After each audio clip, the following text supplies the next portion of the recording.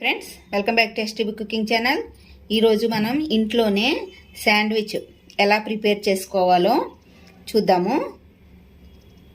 దీనికి కావాల్సిన ప్రాసెస్ చూద్దాం ఫ్రెండ్స్.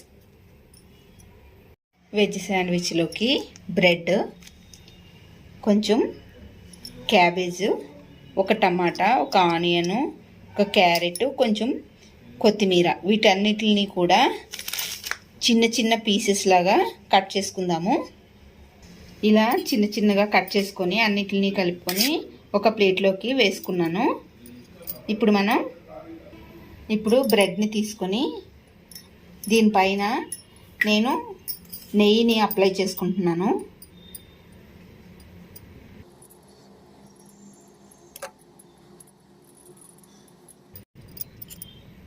ఈ నెయ్యిని మొత్తం బ్రెడ్ అంతా కూడా మంచిగా అప్లై చేసుకోవాలి.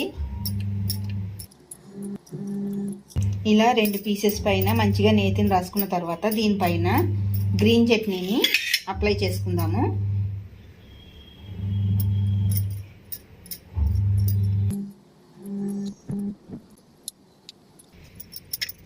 ఇలా గ్రీన్ చట్నీని రాసుకున్న తర్వాత దీనిపైన మనం కట్ చేసి పెట్టుకున్న స్టఫింగ్ని వేసుకుందాము.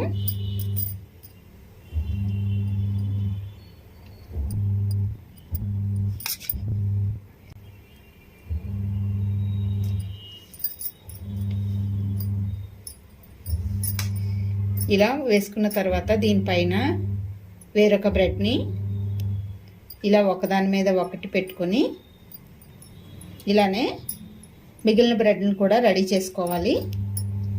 ఇలా పెంకు వేడెక్కిన తర్వాత దీనిపైన కొంచెం నేతిని వేసుకొని మనం ప్రిపేర్ చేసుకున్న శాండ్విచ్ని దీనిపైన పెట్టుకొని మంచిగా ఫ్రై చేసుకోవాలి. ఇది ఇలా ఒకవైపు ఫ్రై అయిన తర్వాత రెండో వైపుకి టర్న్ చేసుకొని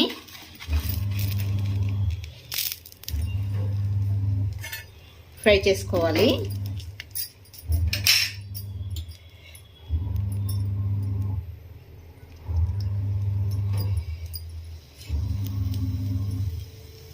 ఇలా 2 సైడ్స్ కూడా ఫ్రై అయిన తర్వాత మనం వేరొక ప్లేట్లోకి తీసుకొని మిగిలిన శాండ్విచెస్ని కూడా మనం ప్రిపేర్ చేసుకోవాలి.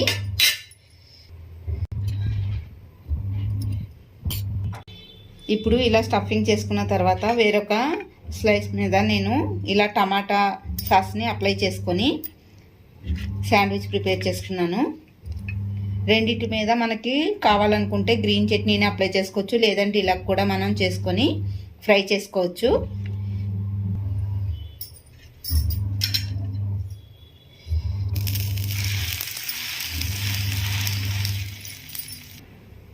అంతేనండి, ఎంతో టేస్టీగా ఉండే వెజ్ శాండ్విచ్ అనేది రెడీ అయిపోయింది. మనం పిల్లలకు కానీ ఇవ్వాలనుకుంటే దీన్ని 2 పీసెస్ లాగా చేసుకొని కూడా మనం ఇవ్వచ్చు.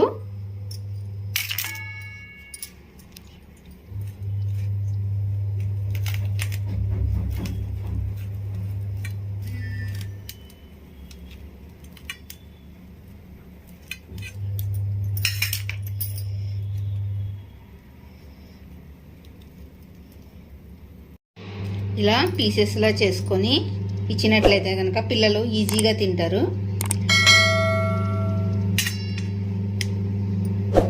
అంతేనండి, ఎంతో ఈజీగా మన ఇంట్లోనే మనం ఇలా వెజ్ శాండ్విచ్ని చేసుకొని పిల్లలకి ఇచ్చినట్లయితే ఇష్టంగా తింటారు.